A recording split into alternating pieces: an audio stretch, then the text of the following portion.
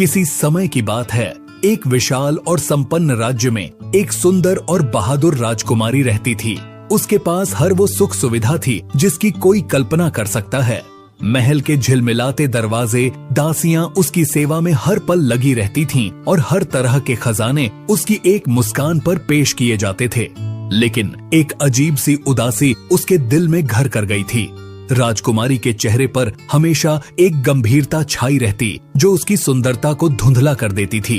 हर दिन उसे ये सवाल सताता, क्या मेरे जीवन का यही मकसद है? ये सारा ऐश्वर्य और सुविधाएं क्यों मुझे खुशी नहीं दे पा रही हैं?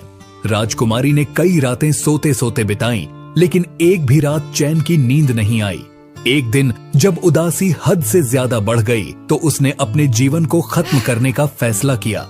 वह पहाड़ की चोटी पर जाकर अपनी जिंदगी समाप्त करना चाहती थी, जहां से उसे नीचे गिरकर सब समाप्त कर देना था। जैसे ही वह पहाड़ की ओर जाने लगी, रास्ते में उसने देखा कि एक बूढ़ा व्यक्ति कुछ कुत्तों को खाना खिला रहा था। बूढ़े के चेहरे पर शांति और सुकून की चमक थी, मानो वह दुनिया के सबसे खुश इंसान हो। राजकुमारी हैरान रह गई। उसकी आंखों में जिज्ञासा बढ़ने लगी। आखिर इस वृद्ध के पास ऐसा क्या है जो उसे इतना खुश रखता है? राजकुमारी ने अपने घोड़े को रोककर उससे पूछा, बाबा, आपके पास तो कुछ भी खास नहीं दिखता, फिर भी आप इतने खुश कैसे हैं? वृद्ध मुस्कुराया और धीरे से बोला, राजकुमारी जी, कुछ समय पहले तक मैं भी जीवन से हार चुका था। मेरी पत्नी और बच्चे एक दुर्घटना में मारे गए थे। उनका खोना मेरे लिए सबसे बड़ा दुख था और मैं जीना ही नहीं चाहता था।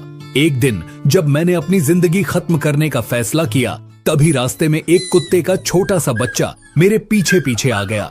मैं उसे नजरअंदाज करता रहा, लेकिन वो मेरी परछाई की तरह मेरे पीछे दौड़ता रहा। आखिरकार मैं अपने घर पहुंचा और दरवाजा बंद कर दिया, लेकिन जब मैंने खिड़की से देखा तो वह बच्चा ठंड से कांप रहा था।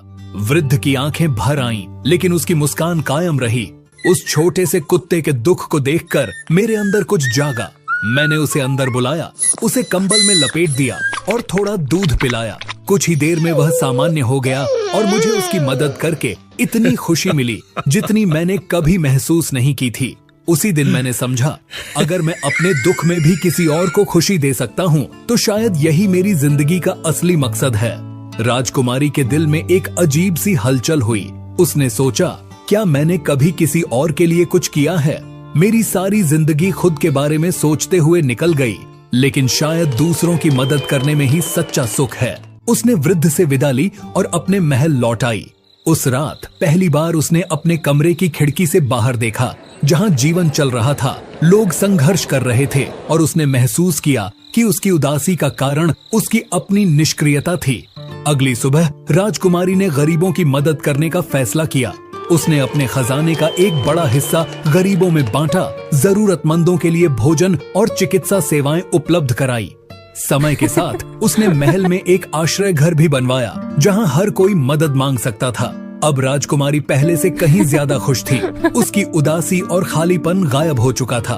उसने जाना कि असली खुशी अपने लिए नहीं, बल्कि दूसरों के लिए जीने में है।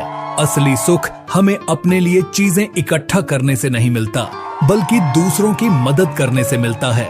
जीवन में सच्चा आनंद दूसरों को खुशी देने में है।